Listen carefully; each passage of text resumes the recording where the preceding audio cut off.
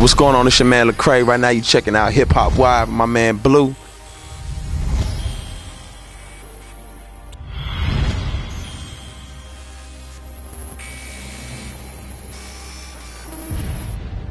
HipHopWire.com, chilling with hip hop artist Lecrae. What's happening with you, bro? What's good, man? Everything is gravy, man. Just got finished listening to the project. For those who don't know, tell them about Rehab as well as the Overdose. Well, yeah, Rehab is like, it's like a series. It's like a whole story, a body of work. So Rehab is like me just articulating to the world that, you know, we all broken. We all got something going on and wrong with us, and we need rehabilitation. We all addicted to something. And so it's just acknowledging that and seeing what the rehabilitation process look like. And then Overdose is like saying, okay, you know, I found Rehab. I'm a better person. You know what I'm saying? I found truth, and I need more of it. So I need to overdose on it. And so that's really, you know, Rehab is a little more eclectic, and then Overdose is just give it to you raw and real. Okay. You are a Christian hip hop artist. Yeah, absolutely. I think a lot of times that moniker, people look at that moniker and they think one thing, and right. People see you as another. My man got his J. You know what I'm saying? And it's almost like your music is not preaching to you, it's real music. Yeah. It's like, it's just sometimes the religious aspects of your faith you put into the music, but it's a real hip hop album. I think a lot of times when people say Christian hip hop, it automatically put a red flag. But let's talk about you and specifically, man. Your music is actually, for any brother on the corner, they could really vibe to and listen to it. You could put it in your CD changer or whatever with Jay-Z, with a Nas, with a Tupac, with a Talib Kweli or Bun B or whoever. You know what I'm saying? You ain't moving keys. You know what I'm saying? You moving keys for Jesus. Aspect. I'm not trying to make ridicule that whatsoever. It's funny, but it's just a message to the music. Right. I mean, I put it like this, man. I'm authentically hip hop. You know what I'm saying? I'm a part of the culture. It's what I know. It's what I was raised in. But I'm authentically Christian, and so it's my faith, and I'm not gonna shy away from that. That's like me trying to say I'm not black. You know what I'm saying? It's like if I'm saying I'm not Christian or try to hide that, you're gonna tell. You're gonna be able to tell. You know, you're gonna be able to tell by the way I live. You're gonna be able to tell by who I am. So it's gonna bleed through the music, and so what my music is just me articulating that. You know, it's not like, you know, let me see how many times I can say Jesus in a song, or let me give you 20 Bible verses, or, you know, let me condemn you and tell you need to stop. But it's really just, man, let's talk about what's going on in real life. Let's talk about, you know, how devastating it was in Haiti and how I feel about it. And let's talk about God's perspective. Let's talk about, you know, how I didn't grow up with my father and I'm trying to figure out what it means to be a man, and how God helped me through that situation, you know. So that's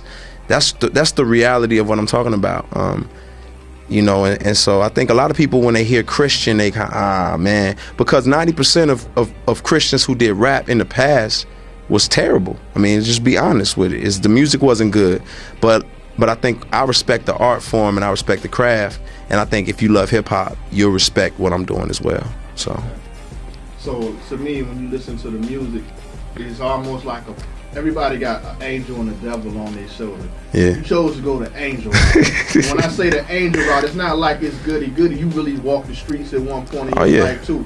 Let's talk about that. And what was it that made you make your whole change around it? This is what the aspect you were going to talk about. I mean, you know, I didn't grow up in church, so it's not like I'm like that kid that was like, oh man, I want to be a rapper, but I gotta wear my shiny shoes and stuff like. You know, it was like, I didn't know.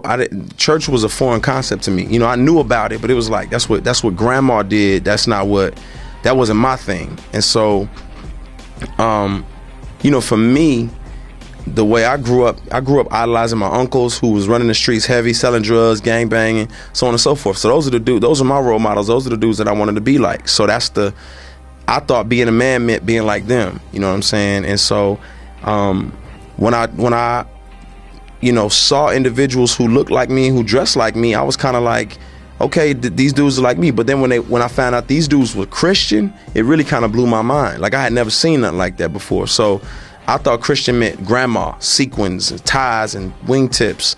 But Christian is your faith. It's the way you live and see the world. And it doesn't mean you have to stop being who you are culturally, or my personality changes. You know, I'm still me. And when I saw these dudes, I said, man, that's crazy that they can live like that. It's kind of like when you saw Malcolm X, the movie, or you saw like the Nation of Islam back in the day, you was like, yo, they moving, like that's hard. Like, look how they together. And you just like, I didn't even know black dudes could do that, you know? And it was kind of, that's how I felt like, man, look at these cats. Like they love Jesus, but they got on they J's and they, you know, Timbs and it made me interested. And as I investigated, I began to see, man, like the facts line up, and then more than the facts lining up, my heart really was changed. And I said, man, this is what I want to do. This is what I want to live for. Okay. And for those who don't know, some of hip hop's most dominating lyricists have actually given you respect and shouted you out. Yeah. Bun B, you got a relationship with Malice, man. Let's talk about your relationship with yeah. some of the more mainstream hip hop artists, but really respecting what you do. Yeah, I mean, you know, that's the thing for me is like, you, before you criticize it, tell me, is the music not good? You know what I'm saying? Before you listen to, before you get on the message, is the music not good? Before you get on the Christian thing. But yeah, like, you know, I talked to Bun, and Bun just reached out and he was like, man, I just want to let you know, just as an OG in the music, like I appreciate what you do. Like, I appreciate your craft, your skill set, you know, and how you not trying too hard. You just being who you are and letting that come out. And you know, he said, you know, it's my responsibility as an older MC to let young cats know, like, yo, I'm feeling it. And he just reached out and did that. And so that meant a lot. I grew up on UGK, you know what I'm saying? Like, Pimp C, Bun B, you know, I grew up on that. So just to have somebody like that come and say, man, I appreciate what you do is crazy. Me and Malice, you know, we chopped it up on the phone. You know, we talk on the phone every so often. And you just, you know, even him, like, man, I appreciate who you are, what you do, you know, just an encouragement, man. You know what I'm saying? I run into Lupe, you know, Lupe then told other cats to go grab my music, you know what I'm saying? Some cat just told me the other day he was working on Ludacris' house, like his electrician was working on his house, and he was like, I love you, Luda, but I wish you did more positive stuff. And, you know, apparently Luda was like, maybe you should listen to Lecrae. You know, I don't know how he meant that, but, you know, for me, it's like, you know, to me, it just says that there's a place for me. You know what I'm saying? Like, there's a place for cats like myself within hip hop. Hey, what's going on? It's your man Lecrae. Right now, you're checking out Hip Hop Wive, my man Blue. And make sure you check me out, reachrecords.com, twitter.com/Lecrae.